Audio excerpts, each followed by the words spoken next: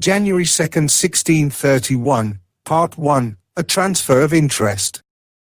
Amelia sat in the back corner on the top floor of the university library, tapping her pencil on the desk, biting her nails, her leg shaking. She had erased and rewritten her math problem and solution 1,000 times, and it was still not correct. This process had been occurring for the past few weeks leading up to her most recent midterm exam. The numbers were clicking, but the difficulty in which they were presented was not. She would go into office hours and tutoring sessions with the hope of receiving some sort of progress, however this was not the case. Every week, it felt as if every student came to office hours just to confirm that they knew everything. The more hours she put into studying, the more stressed and overwhelmed she became.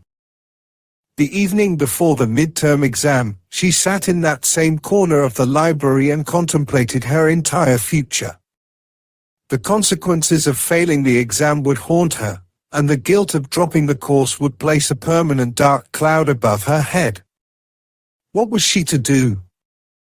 In the middle of her panic, she decided to take a walk through the library. Going for long walks always helped through her toughest moments. As she paced the perimeter, she proposed to herself two options: take the exam with the amount of preparation she had already done, and then clean up the mess through additional tutoring, hours studying, and trips to the professor's office hours, or take the exam and transfer to a major in which the content made more sense.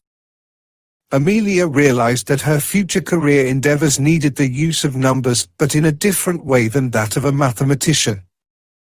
Her childhood dream of being in sports analytics would require a statistics degree.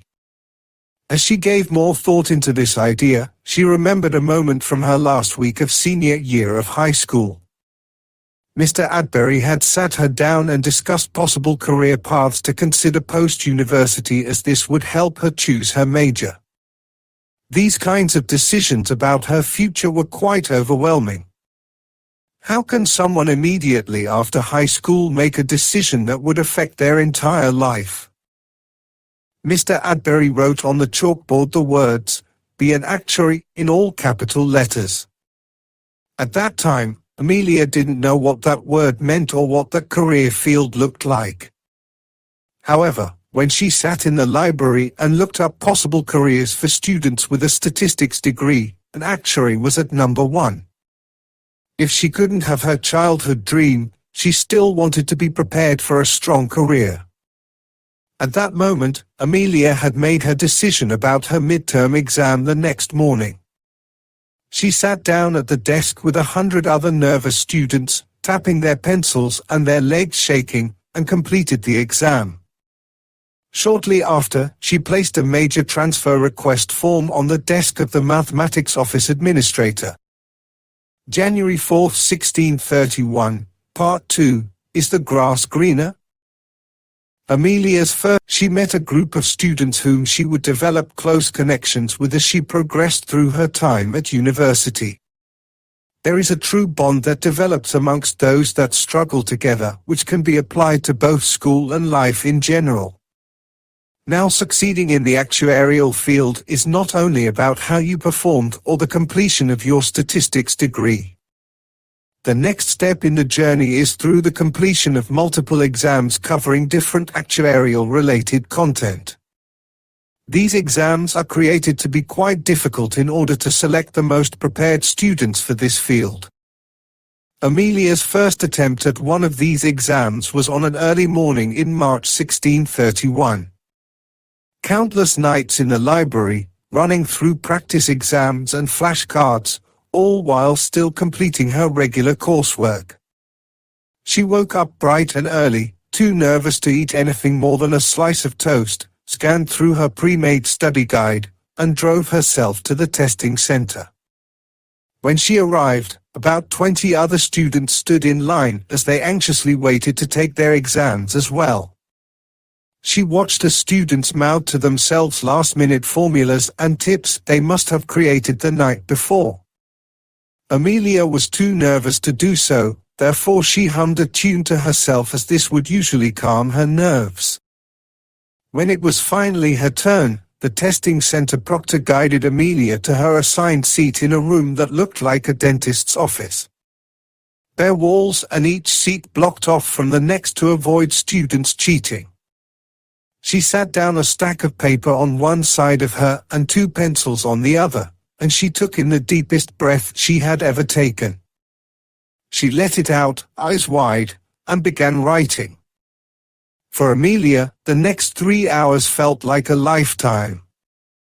A strong start turned into a guessing game halfway through. 3 hours later, Amelia leaned back in her chair, a drop of sweat making its way down her face, and gathered her exam documents. Once the exam was handed back to the proctor, Amelia would have to wait in a separate room for about 30 minutes while her exam was being graded. Waiting for time to pass, Amelia contemplated how she felt taking the exam. Did she prepare enough? What was she to do if she failed? Her moment of nerves were interrupted as the exam grader approached her. The grader handed Amelia her exam, and immediately she could see the letter F circled at the top. These exams are graded with a pass or fail system, with your actual score being presented weeks later. Her hands still shaking, Amelia gathered her belongings and walked out of the testing center. Her eyes welled up and she began to wonder if this career and all major change was a good idea.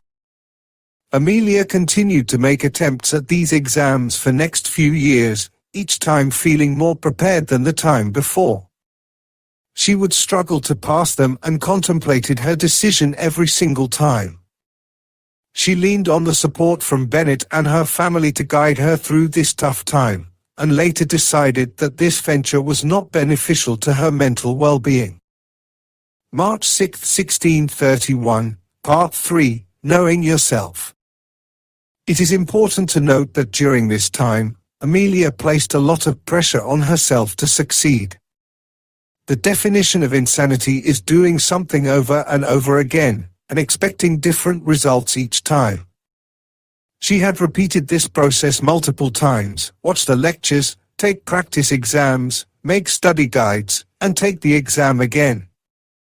The first few times she attempted the exams and did not pass, her initial thought was that she needed to study harder. However, in doing so, she became more overwhelmed and stressed, causing her to make the things that brought her joy take a backseat, and turning down spending time with friends and family. When she failed a second and third time, she realized that giving up in other aspects of her life was not worth it. She had to come to the realization that this field was not for her. It by no means implied that she was unintelligent, it solely meant that her number skills needed to be applied elsewhere. Amelia had to learn to understand and get to know herself, in a way that she had pushed down for some time. She would always question why her skills didn't match her peers, or why the concepts came easier to them than to her. In this author's note, it is important to promote the message that there is no need to compare yourself to other people. Everyone comes from a different background and has a different story. If you are struggling to accomplish something and cannot, it does not mean that you are inadequate. It means that you need to ask yourself, is the result of this accomplishment something that will bring me joy, or will the result only just be a small satisfaction in comparison to those of others? Trust your gut. Do what brings you joy. If you don't know what will bring you joy, explore the modern advancements of your childhood hobbies, and watch the memories and dreams you once had reappear.